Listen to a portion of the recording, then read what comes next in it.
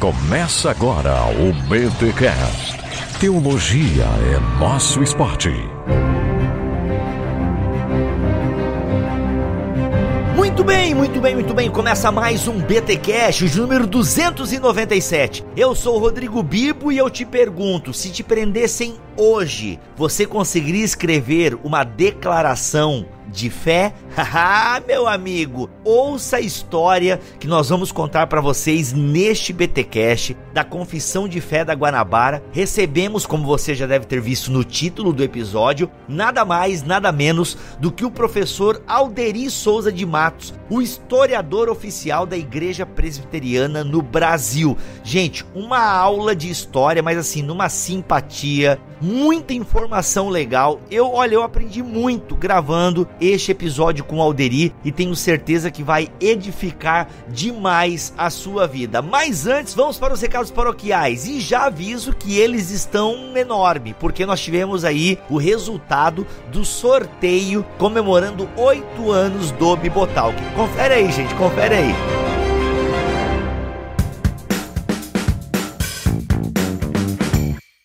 E nos recados paroquiais dessa semana, o sorteio, senhor Cacau. Olha, eu quero já deixar bem claro aqui para todos os ouvintes que eu e o Bibo, nós estamos num momento de ruptura de relações, viu?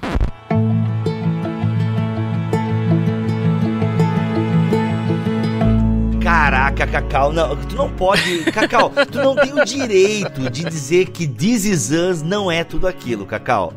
Cara, eu vou te dizer um negócio, velho. O primeiro episódio é fenomenal, é incrível. É. Só que parece que eles o tempo todo querem fazer a mesma coisa, sabe? Eles querem ter o mesmo efeito o tempo todo. Alô, Cacau, gente, eu acho que o Cacau caiu. Mac, desliga o Cacau aí.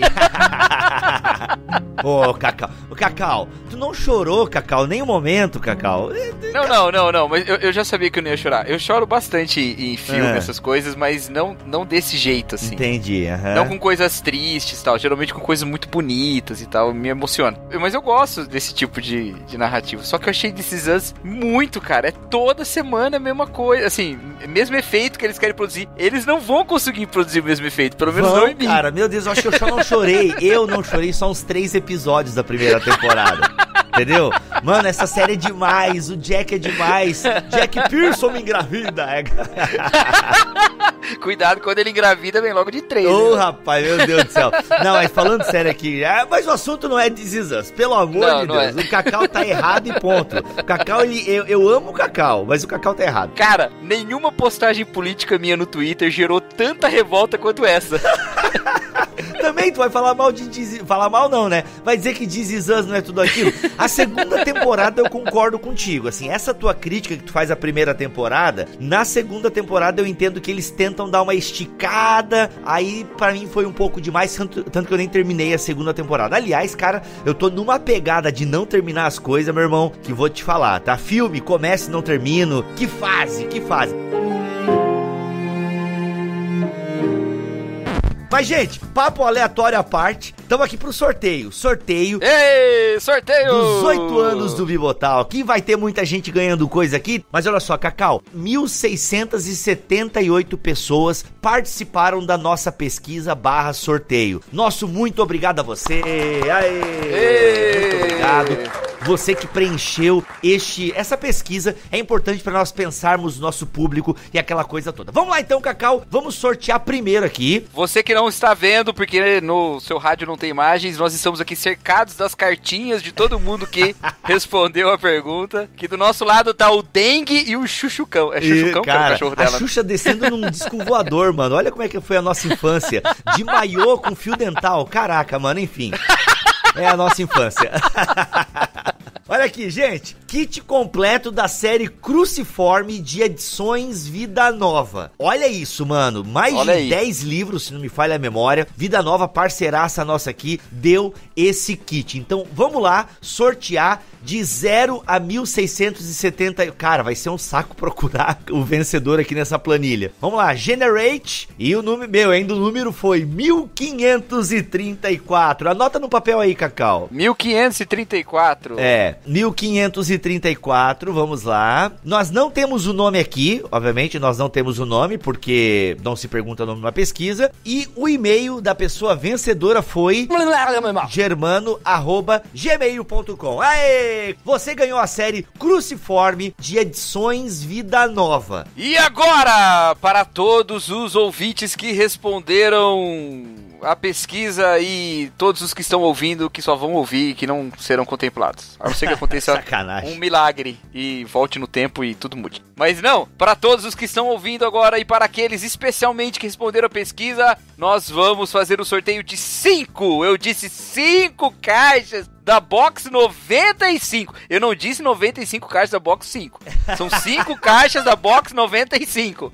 Vai ser sorteado agora. Vamos lá. Gira a roleta, joga as cartinhas pra cima. Generate. E o primeiro vencedor foi o número 376. 376. Enquanto a gente procura na planilha, o que é que aconteceu em 376 depois de Cristo, Bibo? Olha, provavelmente Constantino, nada a ver, já tava morto, será? Nem lembro. Já tava morto. O Império Romano se ferrou nessa por aí, não foi mais ou menos? 376 é a pessoa que é gerente. É gerente? Por quê? É, porque o e-mail é gerente@gmail.com. Você ganhou uma Box 95. Olha aí. Você vai gostar muito, porque a Box 95 é sensacional. E vamos ver quem é que vai levar a segunda Box 95, 302. 302. Quem foi?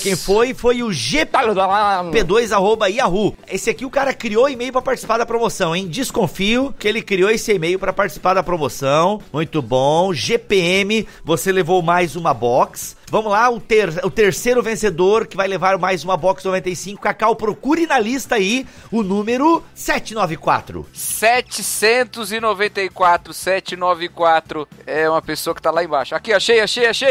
É o JV ou a JV, né? Porque pode ser o sobrenome do tio J, pode ser de Joana ou de Juliana, ou pode ser de Jorge. Eu sinto que é Jodson. Lembrando que quem ganhou, mas será que é o meu e-mail que eles falaram? Bem, se você recebeu um e-mail, você ganhou. Vamos lá para a quarta pessoa que vai receber mais uma Box 95 na sua casa, o número 1649, ó, foi lá pro final da lista, 1649, e o contemplado foi... Abner Lobo! O quê, rapaz? Olha aí, caraca! rapaz! Eu acho que o Abner já é assinante da Box 95. Bem, se o Abner Lobo, que inclusive é conhecido nosso aqui, ele é o do Spiacast. Abner, se você é assinante da Box 95, negocia com o Lavo lá, tem um mês que você não paga, beleza? Tem um mês que você não paga daí. Abner Lobo, também conhecido como Abner Stark. Nossa, muito bom! Cacau, a última pessoa a receber uma Box 95, vamos lá, 796, quem foi, Cacau? 796 foi o Rafael Manea. Manea, cabeça aí que você ganhou, rapaz. Ai, 796, Rafael Manea, beleza. Essas foram as pessoas que ganharam a Box 95, ok? Cacau, o próximo brinde que vamos sortear aqui no nosso grande sorteio de aniversário de 8 anos de Bibotalk. 2 cupons de compras no valor de R$100, cada na loja Livraria El Shaddai, na loja online. Olha aí, gente, Livraria El Shaddai tem loja física em São Paulo, que bomba, muita coisa de teologia, e a livraria online também sempre com descontos e coisa tal. Aí vem aquela vozinha assim, ó, esse cupom só é válido para a loja online, para a loja física você deve pagar de seu próprio dinheiro. Isso, aquelas letras pequenininhas lá que tem nos anúncios, né? Exatamente. Ou propaganda de medicamento, esse medicamento, 730, Cacau, 730, mais um aqui do 730, é bom que fica tudo perto pra gente achar. Isso. Sanatiel Claudino. Olha aí, Sanatiel. Nada né, errei aqui. Você ganhou um cupom e um apelido do Bibo. Sacanagem.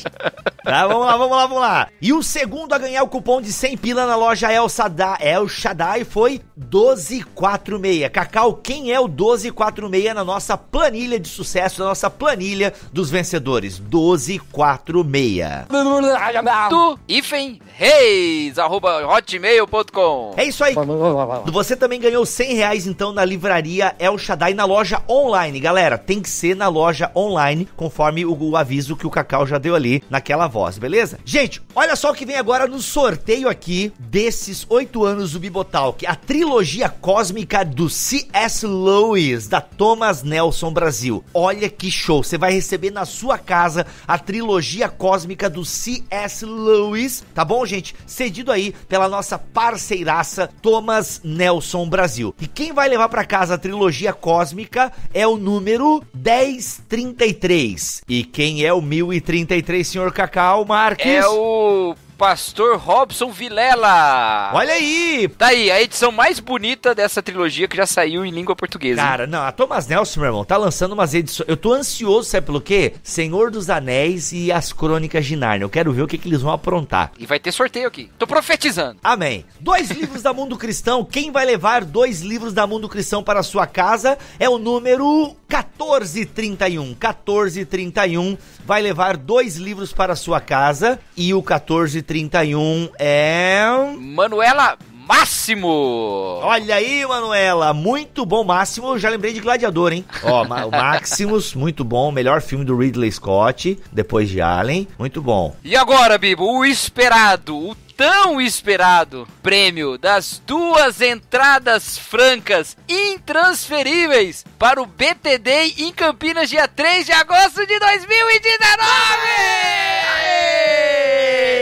Primeiro a levar então a entrada franca para o BT Day 2019, dia 3 de agosto, é o número 1227. 1227. É Suelen PSC, do Partido Social Cristão, pelo visto, né? Suelen... Ah, não, é Suelen SPSC, então já mudou. É São Paulo, São Caetano. São Paulo, Santa Catarina. São Paulo, Santa Catarina. E a segunda pessoa que vai receber uma entrada franca para o BT Day é o número 784. É o nome da Beatriz. @Gmail. Muito bom, Beatriz. Eu quero mandar um abraço pra Beatriz Ana, que ela quase ganhou, mas quem ganhou foi... Boa, boa, boa.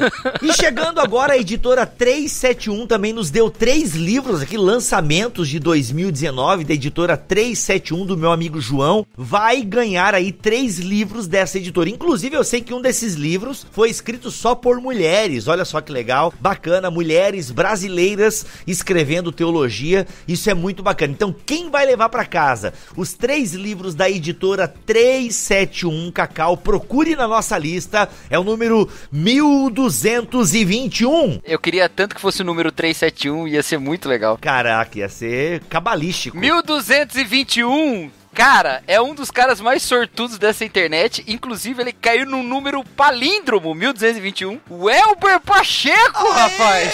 Elber! Ele já ganhou o prêmio no barquinho também. Acho que ele hackeia essas listas aí. Caraca, mano! Parabéns, Elber. Você vai receber aí um e-mail. A gente vai pedir a editora vai entrar em contato. Aliás, quem ganhou de editora, a editora vai entrar em contato com você. Beleza? Então tá aí, Elber. Parabéns. Você ganhou aí 3 livros da editora 371. Cacau, e agora um prêmio show de bola também, que entrou assim nos 45 do segundo tempo. A gente incentiva muito aqui o estudo da teologia. E a Escola Convergência participou aqui desse nosso sorteio e a galera vai ganhar uma bolsa integral da Escola Convergência. Uma das professoras é a Carol Bazo, que a galera conhece aqui dos nossos podcasts. Então, quem vai levar uma bolsa integral da Escola Convergência para o curso EAD? Beleza, gente? Bolsa integral do curso inteiro. Você vai estudar teologia EAD por, acho que é 2 anos o curso, integral na faixa. Em casa, né? Porque se você for de qualquer lugar do Brasil, você não precisa se deslocar até lá. É maravilhoso. Então vamos lá, Generate, e o número o que é o número palíndromo, Cacau? Agora eu vi que tu falou ali. Que é igual lido dos dois jeitos, de frente pra trás e de trás pra frente. Então mais um número palíndromo, como é que é? Aê, palíndromo mesmo. Mais um número palíndromo surgindo aqui então. O vencedor da Bolsa Integral na Escola Convergência é o número 818. Olha aí! Olha aí, eu aprendi o que é o número palíndromo. É o ano do palíndromo no Brasil. Olha aí. É o Júnior Cara, parabéns. Júnior, assim, se você não quiser, você fala com a gente que a gente sorteia de novo, tá bom? Não deixa passar essa bolsa aí, cara. Estudar teologia, mano, olha só que da hora. Esses foram, então, os contemplados do nosso sorteio de aniversário. Parabéns! Parabéns a todos que ganharam e a você que participou, gente. Muito obrigado por ter participado. Fique de olho nas nossas redes sociais, que a gente sorteia livro lá de vez em quando, a gente sorteia livro pros mantenedores no grupo do Telegram. A gente de vez em quando tá fazendo sorteio aí pra galera, beleza? Foi grande esse recado paroquial, mas a gente precisava aí pra poder dar esse gás e poder, enfim, fazer esse sorteio que já tava demorando demais. E em breve, Cacau, site novo, bibotalk.com vai ganhar uma cara nova, hein? Olha aí. Aí sim. E você que não foi sorteado, o Bibo se compromete a orar 3 minutos por cada um de vocês no dia de hoje. Não. Eu oro 3 minutos por todos que participaram. Aí eu então tá bom. Aí eu Desculpa, consigo eu entendi errado. Mas ora você que é pastor e é pago pra isso.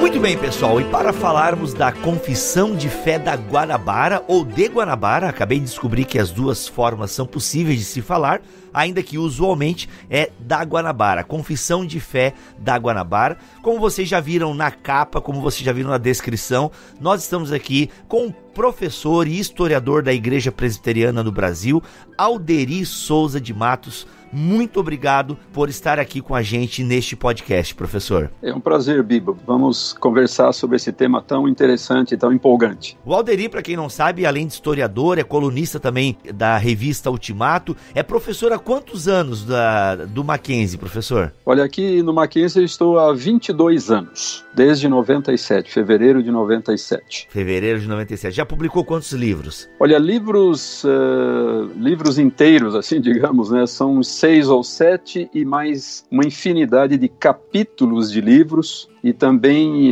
uma quantidade gigantesca de artigos e outras matérias, né? Então é muita coisa. Ô, professor, aqui agora uma curiosidade minha, não estava na pauta, mas eu vou colocar aqui. Porque quando se fala em história da Igreja Presbiteriana, história reformada, geralmente é o seu nome, né, que vem à mente, que vem nas pesquisas. Quando foi que começou? Como é que isso aconteceu aí na tua vida? Vou virar historiador e gostei disso e vou... Quando aconteceu? Qual foi o gatilho? Olha, eu estudei teologia no Seminário Presbiteriano de Campinas, daí exerci o ministério pastoral durante 11 anos no Paraná, né, que é o meu estado, embora eu seja natural de Santa Catarina. Aê, sabia, gente, Santa Catarina é o estado que tem que ser valorizado nessa nação. Inclusive o meu pai, que era pastor, né, começou o ministério dele em Joinville. Meu Deus, essa cidade, irmão, essa cidade é luz para as nações, tô te falando. Meu pai foi pastor da Igreja Presbiteriana de Joinville e também da Igreja de São Francisco do Sul, lá atrás, no início dos anos 50, faz muito tempo. Mas,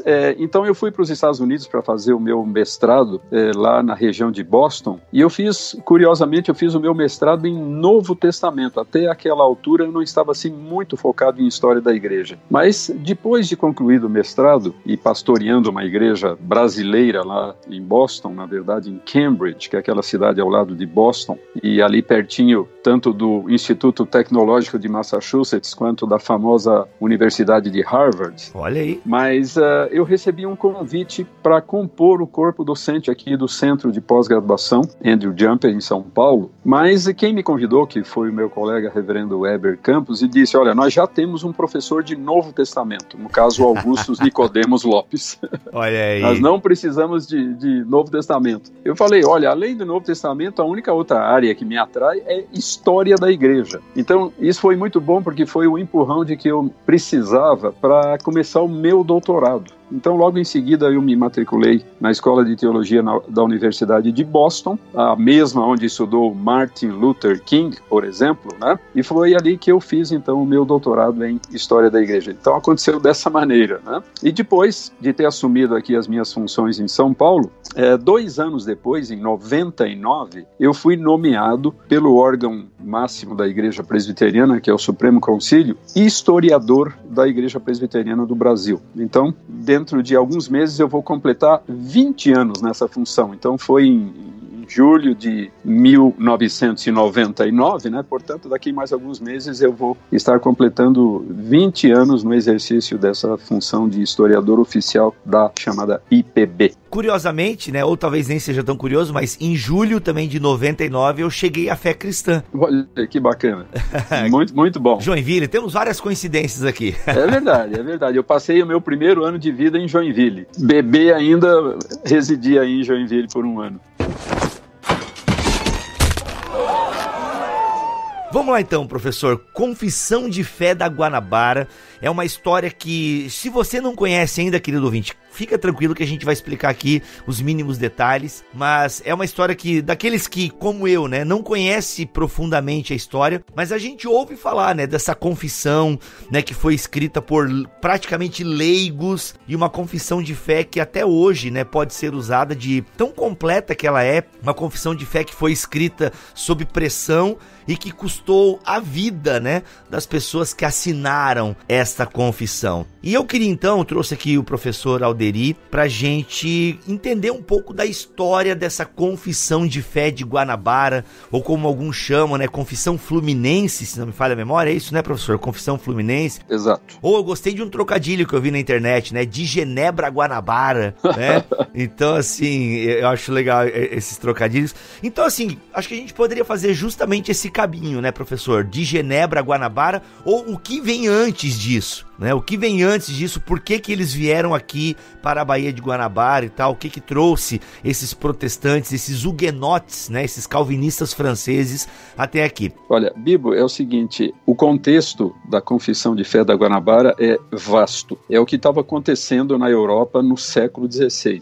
E o século XVI foi um século muito empolgante da história da humanidade e, em especial, da história do Ocidente. Porque no século XVI, além da reforma protestante iniciada por Martinho Lutero, que teve desdobramentos tão vastos e extraordinários, havia outras coisas muito importantes também acontecendo no mundo, e especialmente na Europa. E a principal delas, talvez, as grandes navegações e os grandes descobrimentos. Então, é o século do início da colonização da América Latina. É o século em que duas pequenas nações ibéricas, Espanha e Portugal, estavam construindo seus vastos impérios coloniais, não só nas Américas, mas também na África e na Ásia. Então, é um século de descobertas, de contatos com novos povos, com novos costumes, muita coisa empolgante acontecendo e despertando um enorme interesse e curiosidade por parte das pessoas, principalmente lá na Europa. No que diz respeito à reforma, só relembrando, a reforma teve dois movimentos iniciais muito importantes, semelhantes em vários aspectos, mas também com algumas diferenças. E esses movimentos foram, primeiro, a reforma alemã, com Martinho Lutero, que deu origem à Igreja Luterana, e no país vizinho, ao sul, a reforma suíça, que deu origem ao que nós chamamos de movimento reformado. Então, a reforma suíça, inicialmente com Ulrico Zwinglio, na cidade de Zurique, e alguns anos depois com João Calvino, na cidade de Genebra.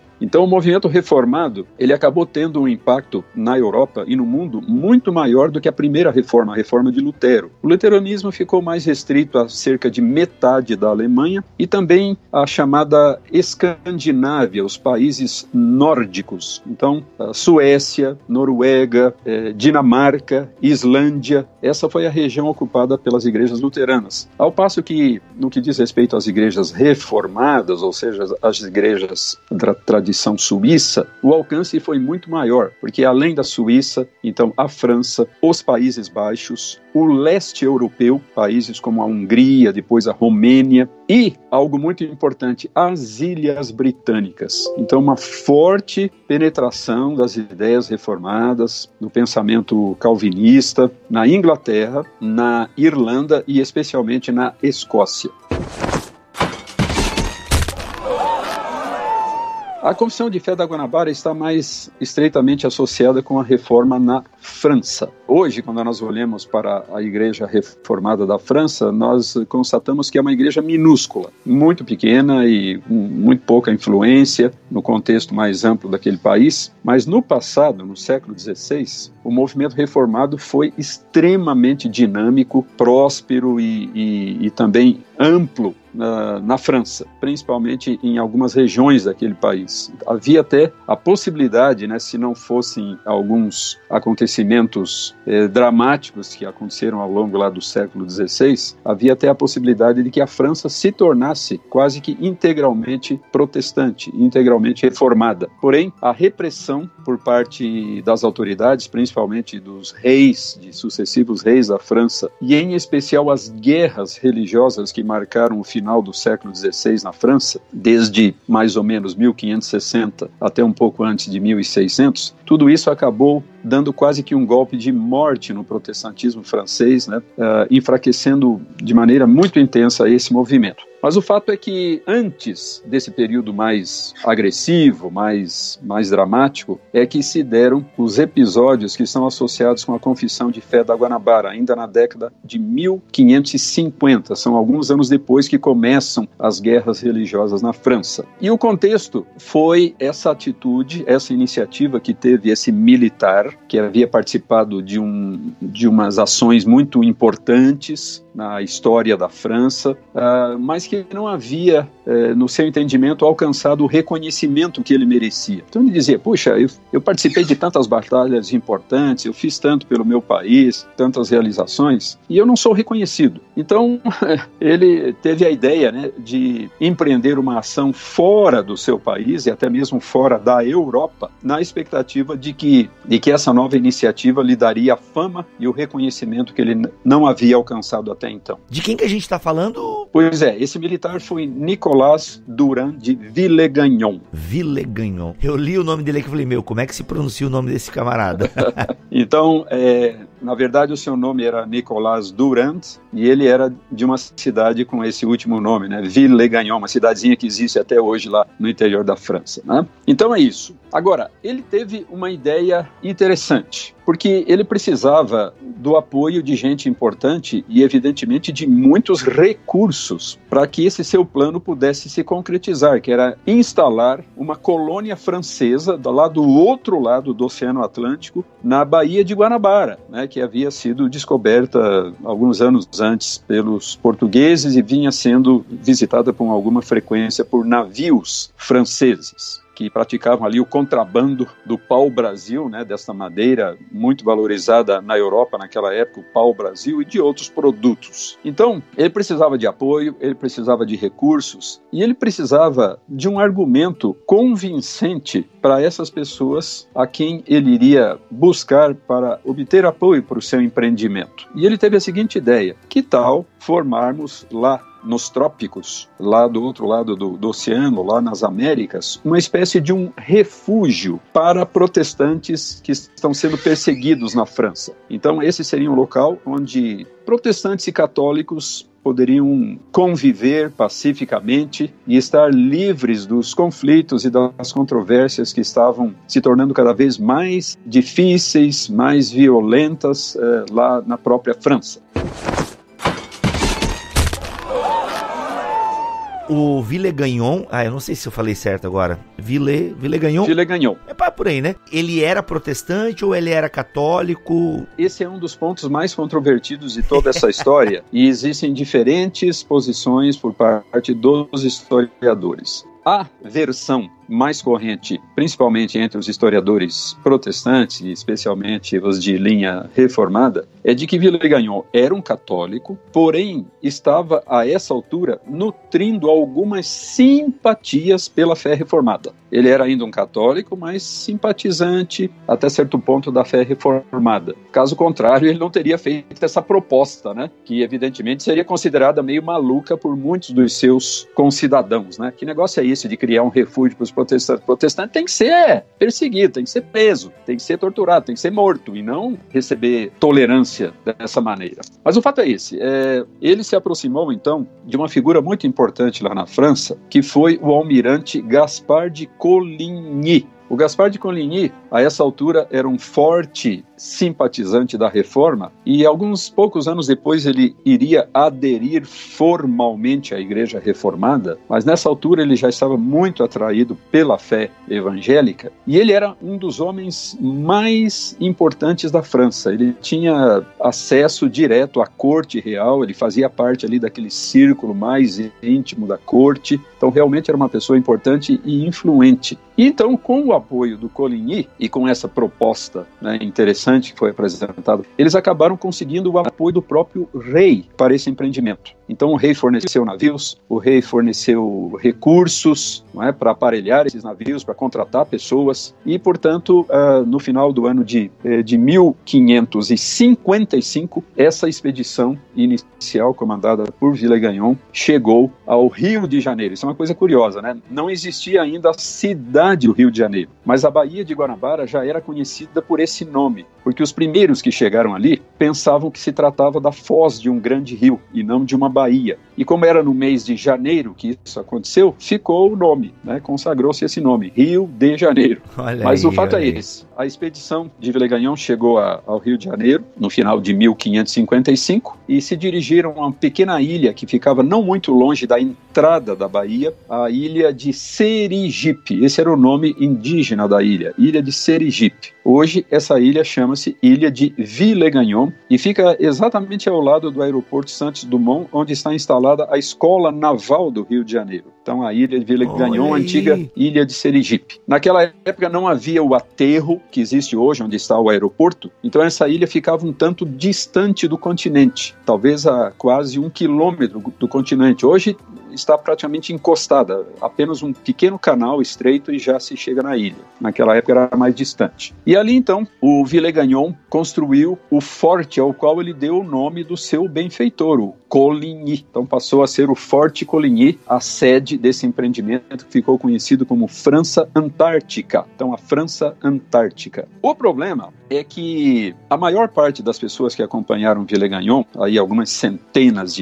praticamente só de homens, muito poucas mulheres, né? Inclusive eles seriam uma fonte de muitas dificuldades, né? Porque isso levou esses marmanjos a se interessarem muito pelas índias que havia na região. Eita. As moças, as mulheres indígenas ali das tribos daquela região. Mas o fato é esse, que muitos desses indivíduos, ou talvez boa parte deles, eram indivíduos de má índole, de má conduta. Inclusive haviam sido tirados de prisões lá na França. Ah, verdade. Como Villegagnon não havia conseguido gente decente, gente de bem, né, como se diz, né, em número suficiente, foi preciso apelar para esses prisioneiros, né, para esses condenados pela justiça. Ele realmente estava desesperado para querer fazer um nome para si, né, porque olha a empreitada que ele se mete. Não, eu vou lá, Ele estava enfrentando aí, aproveitando qualquer oportunidade para que isso se tornasse uma realidade.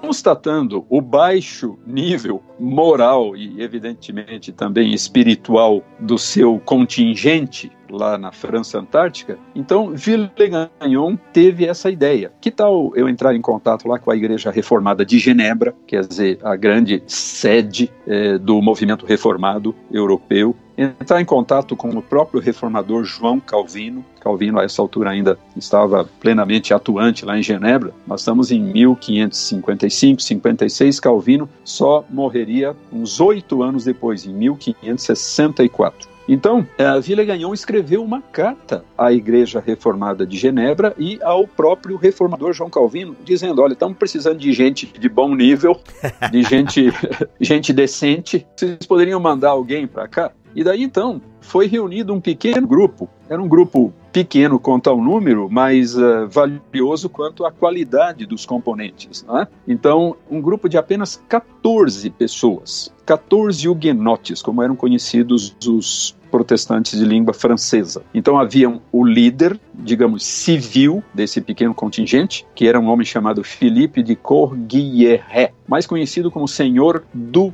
Pom. Melhor. Melhor, né? E 2 pastores, né, 2 líderes religiosos, espirituais, um deles chamado Pierre Richier e outro Guilherme Chartier. Então, os pastores Richier e Chartier. E mais 11, entre aspas, leigos, entre os quais um sapateiro e futuro pastor chamado Jean de Lery, que acabou se tornando o principal cronista de toda essa história, né? Foi ele que deixou, mais tarde, um valioso livro que narra os detalhes de todo esse empreendimento, com o título de Viagem à Terra do Brasil. Esse livro vem sendo publicado até hoje por causa do reconhecimento por parte dos acadêmicos, dos historiadores brasileiros, de que é um livro muito valioso a respeito do Brasil, da história do Brasil, lá nos seus primeiros tempos, né, no início da nossa história nacional. É um documento, um testemunho muito importante. Esse grupo então chegou à Baía de Guanabara numa segunda expedição, aí também composta de alguns navios, mais algumas centenas de pessoas, e lá entre toda essa gente, esse grupinho de huguenotes, de reformados, né, 14 pessoas. Então eles chegaram à Baía de Guanabara em março, no dia 7 de março de 1557, mais ou menos um ano e meio depois da chegada do primeiro grupo, que foi em fim de 55. Agora estamos em março de 57. E 3 dias depois, uma data muito interessante, no dia 10 de março de 1556, eles realizaram o primeiro culto protestante das Américas. Não só da América do Sul, mas das Américas. Então essa é uma data muito interessante para muitos evangélicos brasileiros, né? Aqui eu tô num site aqui, acho até que é o site do Andrew Jumper, deixa eu ver. É o site do Mackenzie aqui, que o pequeno contingente desembarcou no Rio de Janeiro no dia 10 de março. Ocasião em que foi realizado o primeiro culto protestante do Brasil e nas Américas. Exato. Na verdade, o navio chegou no dia 7 de março, mas eles tinham que ir lá fazer muita coisa, arrumar bagagem, limpar o navio, fazer uma série de coisas. O desembarque mesmo em terra firme foi no dia 10 e logo em seguida, então, reunidos lá numa pequena sala no centro da ilha, com a presença do Villegagnon, então foi realizado esse culto. O mais velho dos 2 pastores franceses foi quem dirigiu o culto e pregou. Como é que é o nome desses 2 pastores franceses? Pierre Pedro, né? Pedro Richier e Guilherme Chartier. Então o pastor Richier pregou, inclusive utilizando aquele salmo muito bonito, né? Uma coisa peço ao Senhor e a buscarei, que eu possa morar na casa do Senhor todos os dias da minha vida, para habitar na casa do Senhor e contemplar o seu santo templo, alguma coisa assim. Então, foi cantado um hino também, no caso um salmo, porque naquela época os reformados só cantavam salmos. Então eles tinham os seus saltérios. O que eram os saltérios? Eram coleções de salmos metrificados e musicados. Então alguém pegava o salmo, modificava um pouco o texto para ter o mesmo número de sílabas em todas as linhas, ele fazia metrificação, e depois era composta uma música. Então esses salmos metrificados e musicados eram os únicos hinos que os reformados cantavam naquela época. Então é isso, nesse primeiro culto eles cantaram um salmo e o pastor pregou sobre outro salmo, né? Teve uma presença bem forte dos salmos aí nesse primeiro culto protestante no Brasil.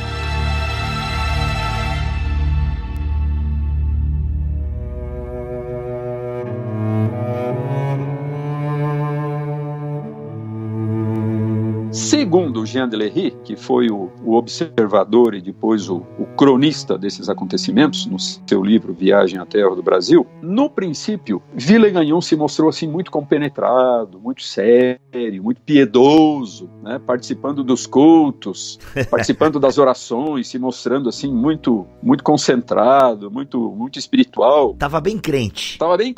Parecia mesmo um reformado.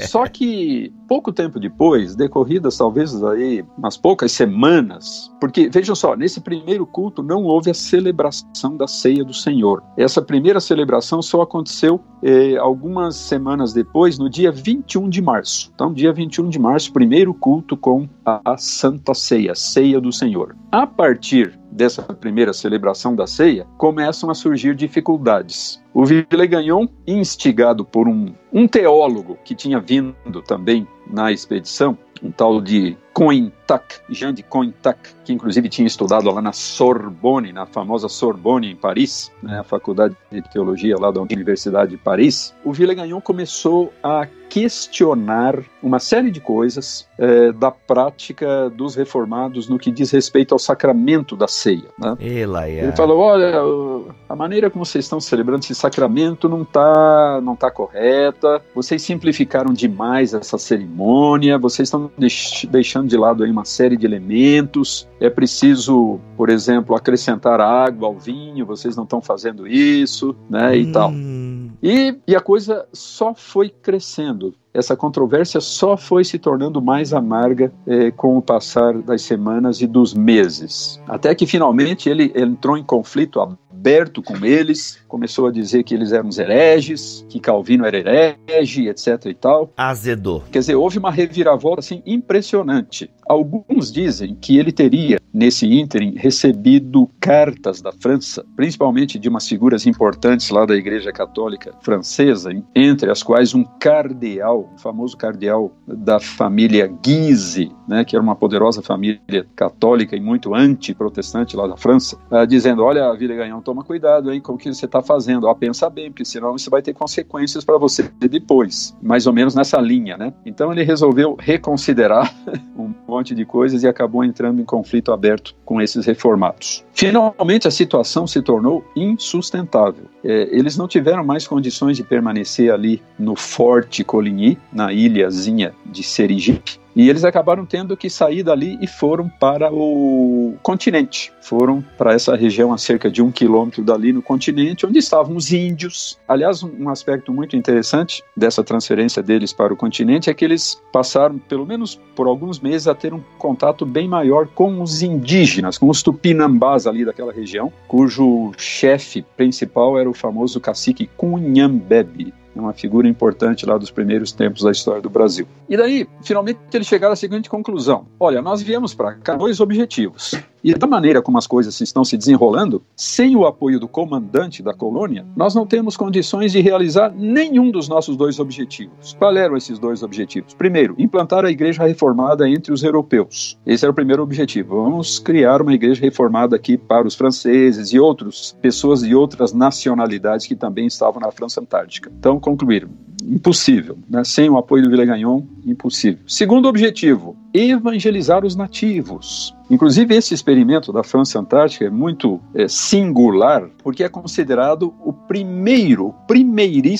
a primeiríssima tentativa protestante de missões transculturais. Até então, isso nunca tinha acontecido em nenhum lugar. Todas as missões protestantes até então tinham sido só na Europa mesmo. Jamais os protestantes haviam feito um esforço de alcançar outros povos, outras etnias, ao contrário do que estava acontecendo com os missionários católicos, né? Os missionários católicos, por causa das grandes navegações, dos grandes descobrimentos, estavam ativamente envolvidos em missões aos nativos na América Latina, na África, na Ásia, ou seja, fortemente envolvidos com missões transculturais. Os protestantes até então não tinham se aventurado a isso por uma série de razões, não que eles fossem contra, mas eles ainda não tinham tido essa oportunidade. Então, a França Antártica é a primeira ocorrência desse tipo, mas mesmo aqui eles concluíram, não vai dar, não tem condições, sem o apoio e na verdade até contando com a antipatia do comandante da colônia, não vão poder fazer nada.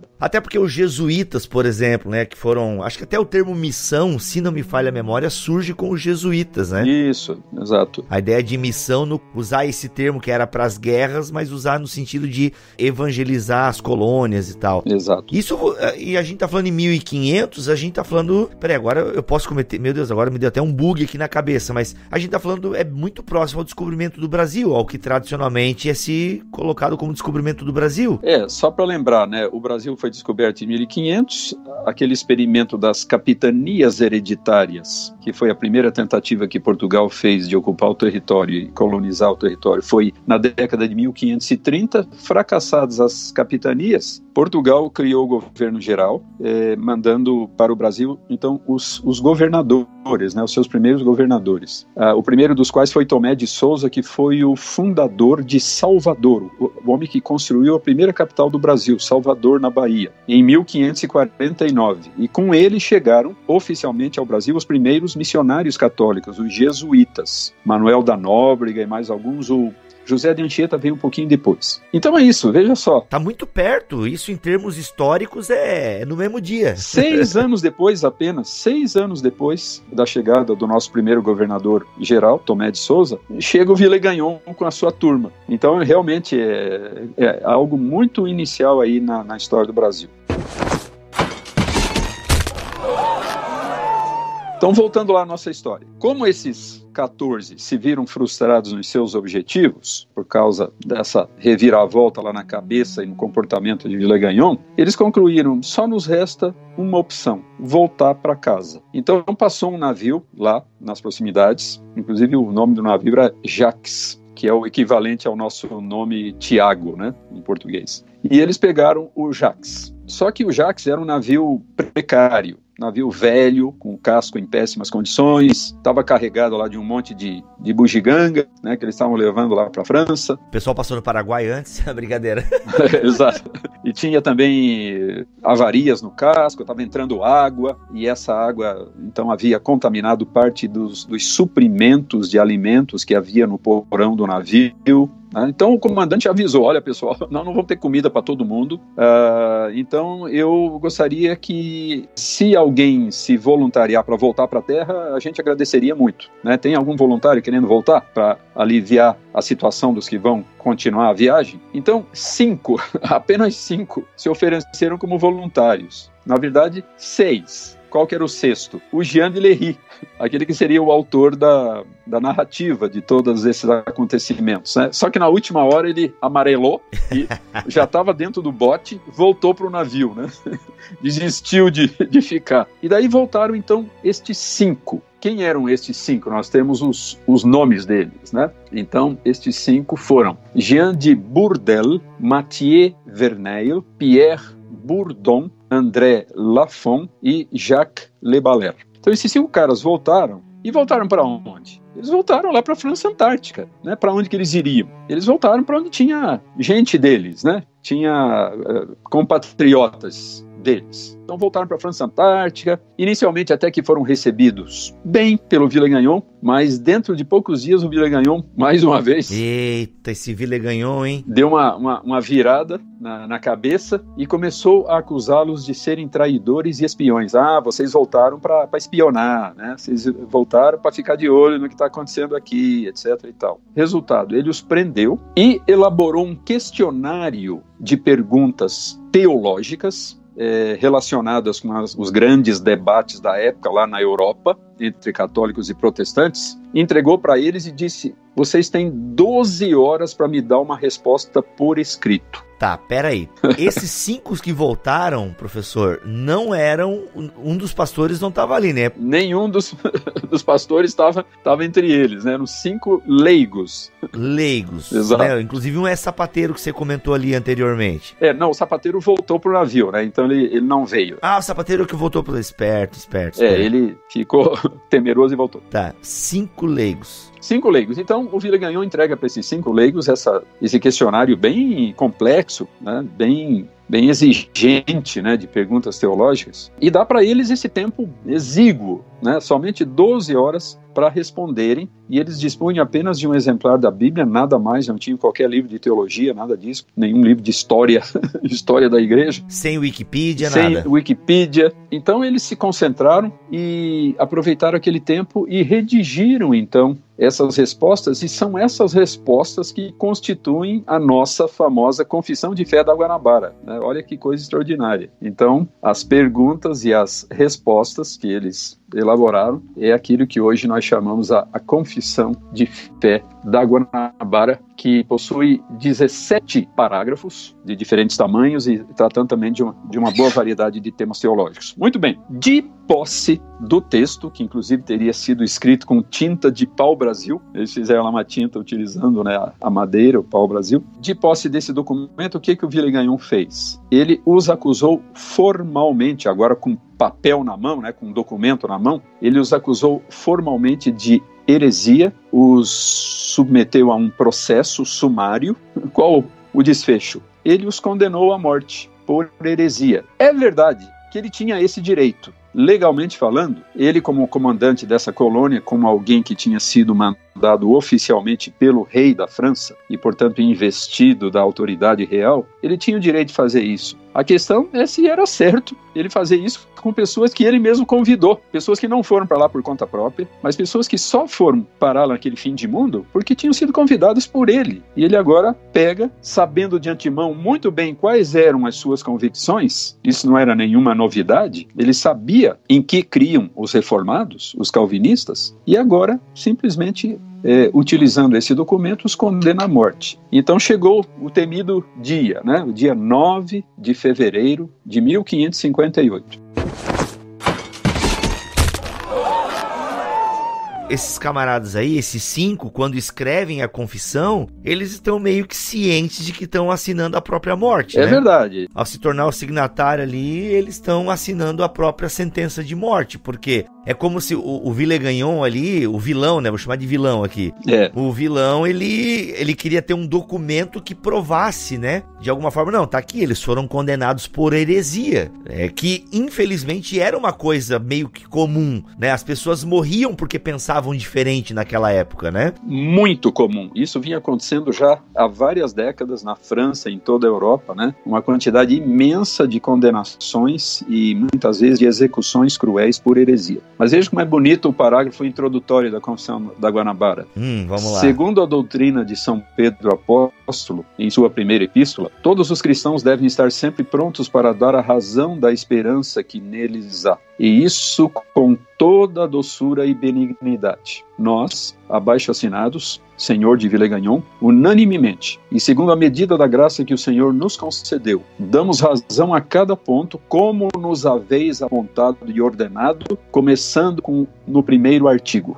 Então esse é o parágrafo introdutório muito bonito, né, muito nobre da Confissão de Fé da Guanabara. Muito bem, então no dia 9 de fevereiro de 1558, Villegagnon procedeu à execução da sentença, à execução dos condenados, que foram estrangulados e tiveram seus corpos lançados nas águas da Baía de Guanabara. Agora, ele acabou não executando os 5, mas apenas 3 deles. E as razões para isso são muito interessantes. Teve um que amarelou lá, né? Não, devia ter saído do barco junto com o outro lá, né? Mas não, esse amarelou quando o negócio ficou tenso mesmo. Então ele executou Bourdelle, que foi o principal autor da confissão e era o mais velho, o mais experimentado dos 5. Então o Jean de Bourdelle, o Mathieu Verneil e o Pierre Bourdon. Esses 3 foram mortos. O quarto, o André Lafon, aconteceu o seguinte: primeiro, ele deu uma de, como a gente diz, né, de vacilão, né? Foi o vacilão da turma. Ele ficou meio em dúvida, né? Ele foi aconselhado por algumas pessoas próximas de Villegagnon, dizendo: olha, diga que você tem algumas dúvidas e tal, que daí você pode ter a sua vida poupada. Mas havia uma outra consideração muito interessante: ele era o único alfaiate da colônia. E o Villegagnon, segundo consta, era um cara muito vaidoso, né? Gostava de se vestir bem, né? Mesmo nos trópicos. Sei. E, claro, ele não teria interesse em executar o único alfaiate disponível, né? Resultado, então, o André Lafon acabou sendo poupado. E o quinto participante lá do grupo, ele... Então, não se diz isso, né? Mas a única conclusão a que se pode chegar é que ele fugiu. É que teria sido o famoso Jacques Le Ballaire. Tem toda uma história, tem toda uma versão aí em torno dele, mas não é o mais importante porque não tem relação muito direta aqui com a questão da Confissão de Fé da Guanabara. Mas então é isso. Ele executou esses 3, um foi poupado, o outro deu no pé, né, fugiu, e mais tarde, a essa altura, aqueles outros todos já estavam viajando lá para a França, onde chegaram alguns meses depois, nem ficaram sabendo do que aconteceu, a não ser mais tarde. E então, algumas pessoas que presenciaram esses acontecimentos, e inclusive pessoas que não eram simpáticas a Villegagnon e aos seus métodos, às suas ações, essas pessoas, ao retornarem à França, levaram não só o processo, mas também o texto da confissão de fé, e acabaram entregando esse material, ou pelo menos a confissão de fé, àquele senhor Dupont, que por sua vez o encaminhou ao Jean de Lery. E finalmente esse texto foi publicado, uns poucos anos depois, numa obra de um autor chamado Jean Crespin, História dos Mártires. Então esse sujeito, escrevendo lá sobre a história dos mártires cristãos e principalmente dos mártires protestantes, ele resolveu inserir essa narrativa dos mártires calvinistas do Brasil, da Guanabara. E acrescentou também o texto da Confissão de Fé, que assim acabou sendo publicado pela primeira vez, né? Então, em 1560 e pouco, já houve a primeira publicação do texto da Confissão de Fé da Guanabara, dando assim ampla divulgação a esse valioso documento. Então, esse é o contexto, né? Toda essa série de acontecimentos assim tão dramáticos constituem o contexto desse documento tão importante. Professor, para nós hoje, né, tão cheios de acesso à informação, nós que temos hoje em dia, enfim, nós temos tudo na palma da mão, literalmente, né? É verdade. Diante desse cenário que a gente vive hoje e olhando para o passado, em toda essa história desses mártires e tal, que, né, por conta daquilo que acreditavam, e até que faço um parêntese, me corrija se eu estiver errado, professor, mas eu penso que a coisa engrossou mesmo ali por causa da doutrina dos sacramentos, né? É verdade. Eu acho que a doutrina dos sacramentos, que é uma doutrina que fala da comunhão dos pecadores sentados na mesa com o mestre, né? Ou seja, uma doutrina que aponta tanto para a comunhão dos santos, é uma doutrina que tem causado tanta divisão ao longo da história da igreja, né? Curioso isso, para não dizer trágico. Essa é uma ironia que a gente vê nesses debates, né? As pessoas se engalfinhando e até se matando por causa do sacramento que devia ser o símbolo, né, da comunhão dos cristãos em torno da pessoa de Cristo. Então, a contradição muito grande, né? Sim. Então, a gente olhando para essa história, tendo em vista a história que a gente está construindo agora no século XXI, qual é a lição que tu tira dessa confissão de fé de Guanabara, né? De todo esse contexto? Como é que a gente poderia fazer uma aplicação para nós, né? O que essa história, né, do passado nos conta hoje, assim? O que ela, assim, gente, né? O que você destacaria para nós hoje, cristãos do século XXI? Só para falar um pouquinho, né, para que as pessoas que estão ouvindo tenham noção a respeito do conteúdo da Confissão de Fé, rapidamente. Sim. A Confissão de Fé tem 17 parágrafos, e esses parágrafos basicamente tratam dos seguintes assuntos. É bem fácil classificar esse material em poucas seções. Os 4 primeiros parágrafos tratam da doutrina da Trindade, e em especial da pessoa de Cristo. Até aí nenhum problema, porque nesse aspecto, protestantes e católicos creem exatamente da mesma maneira. Nos parágrafos seguintes, de 5 a 9, é abordada a doutrina dos sacramentos, sendo que 4 desses artigos tratam da ceia e apenas um fala a respeito do batismo. Em seguida, o parágrafo 10 trata da questão do livre-arbítrio, que é uma questão importante, né, para a teologia reformada. Os parágrafos 11 e 12, a autoridade dos ministros para perdoar pecados e impor as mãos, da questão do divórcio, casamento dos ministros e do voto de castidade, o voto monástico de castidade. Isso de 13 a 15, né? 13 a 15. E finalmente os 2 últimos, né, os parágrafos 16 e 17, tratam da intercessão dos santos, se é uma coisa válida ou não, a intercessão dos santos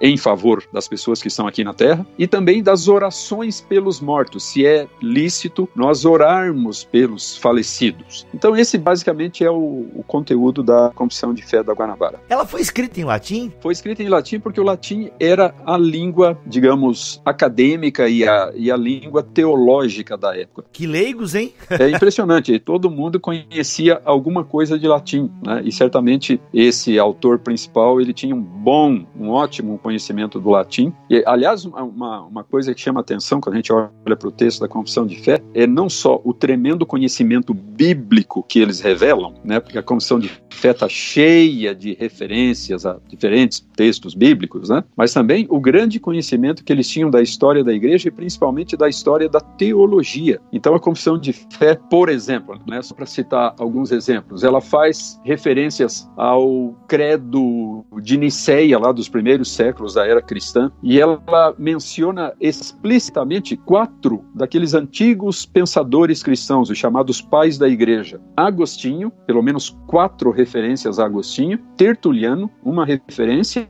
Ambrósio, 2, e Cipriano, outras 2 referências. Então mostra que esses leigos eram indivíduos que conheciam muito bem não só a Bíblia, mas conheciam teologia e conheciam história da igreja. Muito, eu vou te dizer aqui, ó, Agostinho até eu conseguiria citar. Tertuliano, se eu puxasse na cabeça aqui, ainda mais sabendo que eu ia morrer, talvez vinha alguma coisa. Agora, Ambrósio e Cipriano, irmão... Já é mais complicado, né? Poxa vida, aí ficou complicado. Rapaz, que coisa, hein? Que coisa maravilhosa. Agora, voltando então à sua pergunta, né? Qual a relevância, qual a importância disso para nós hoje? Em primeiro lugar, a necessidade e a importância de confessarmos a fé. Essa é uma afirmação muito explícita da Escritura em diversas passagens, né? De que nós devemos confessar a nossa fé. Ou seja, devemos estar sempre prontos para declarar de maneira firme, mas também de maneira lúcida, de maneira consciente, aquilo em que cremos. Nós devemos ter uma noção muito, muito clara a respeito das nossas convicções, justamente porque elas são questões tão importantes, tão decisivas, então nós não podemos ter dúvidas a respeito delas. Essa é uma diferença muito interessante entre as posições católica e protestante no século XVI. Os católicos tinham um conceito que foi rejeitado pelos protestantes, era o conceito de fé implícita. O que é isso? É quando o sujeito diz, olha, eu creio em tudo aquilo que a igreja crê. Eu não sei exatamente o que é, mas se a igreja crê, eu assino embaixo. Se a igreja crê, eu defendo, mesmo sem saber o que é. Fé implícita. Né? Os protestantes disseram, não, a fé não pode ser implícita, ela tem que ser explícita, ela tem que ser clara, ela tem que ser cristalina, ela tem que ser expressa com todo o conhecimento de causa, de maneira direta e pessoal, e não de segunda mão, por tabela. Então, eu acho que essa é uma lição muito importante que nos vem dessa experiência, desse documento e da atitude desses irmãos que escreveram a Confissão de Fé da Guanabara, né? Ainda mais que a gente vive hoje, pastor, um momento que muitos protestantes estão com essa fé implícita aí, né? É verdade. Eles sabem às vezes o nome da doutrina, mas se você for perguntar, mas o que é isso? Me dê uma definição dessa. Pronto. Cara de paisagem, né? Sim. O básico tem que saber, né? Conhecermos a nossa fé, sermos pessoas instruídas, informadas a respeito daquilo que cremos. E para isso, evidentemente, isso não acontece por osmose, né? Não acontece quando você encosta a mão num livro de teologia, na capa, né? E aquilo se filtra para você. É preciso ler, é preciso estudar, é preciso buscar bons materiais, boas fontes. Hoje em dia as pessoas não têm desculpa para não estudar teologia, para não estudar a Bíblia em maior profundidade, né? Porque os recursos são extraordinários, totalmente acessíveis por meios eletrônicos, por exemplo, sem sair de casa. Você pode fazer cursos à distância, existe uma riqueza imensa de literatura na internet, né? Enfim, nós devemos usar todos esses recursos tão valiosos que a tecnologia nos oferece hoje para conhecermos melhor a nossa fé, termos convicção a respeito daquilo que cremos e estar também preparados para compartilhar isso com as outras pessoas.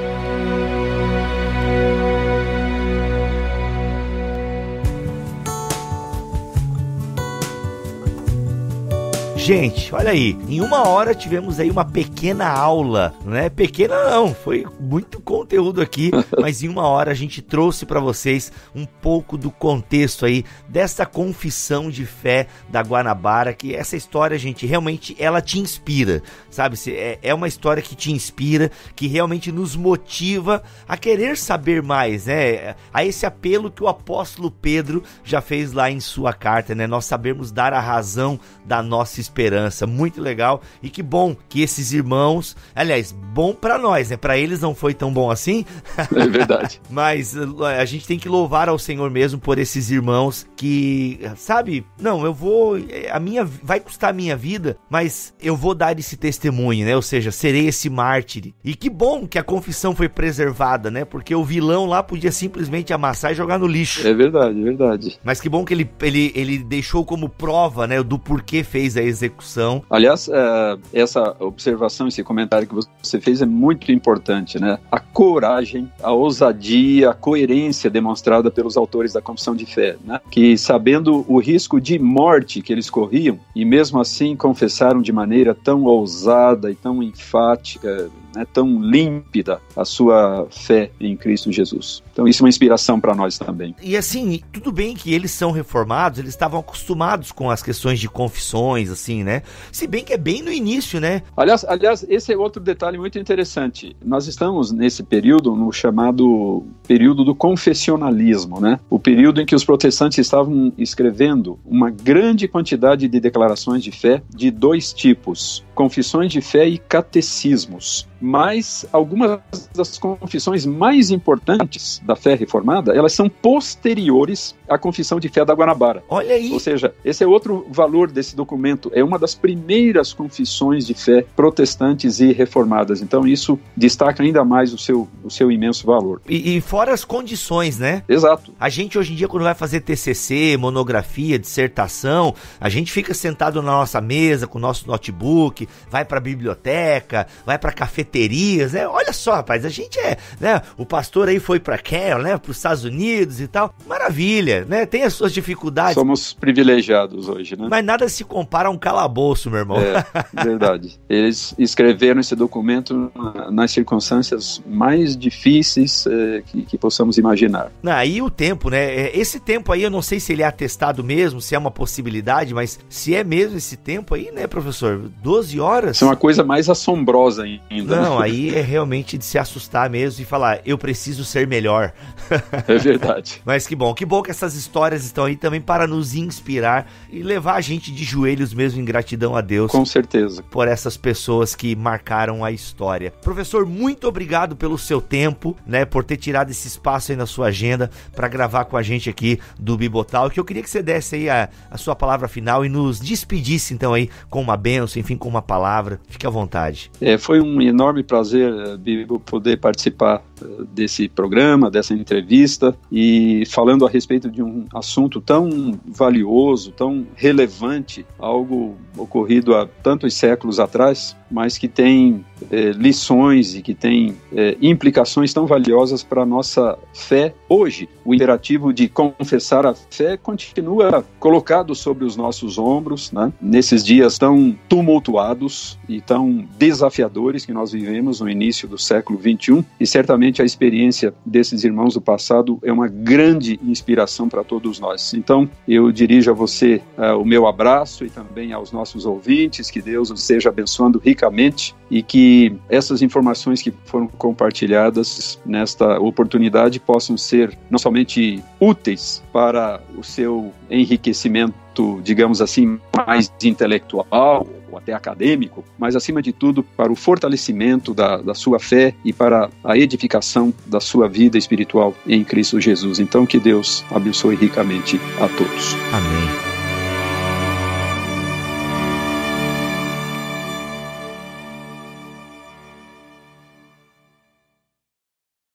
Este podcast foi editado por Mac Bibotalk Produções.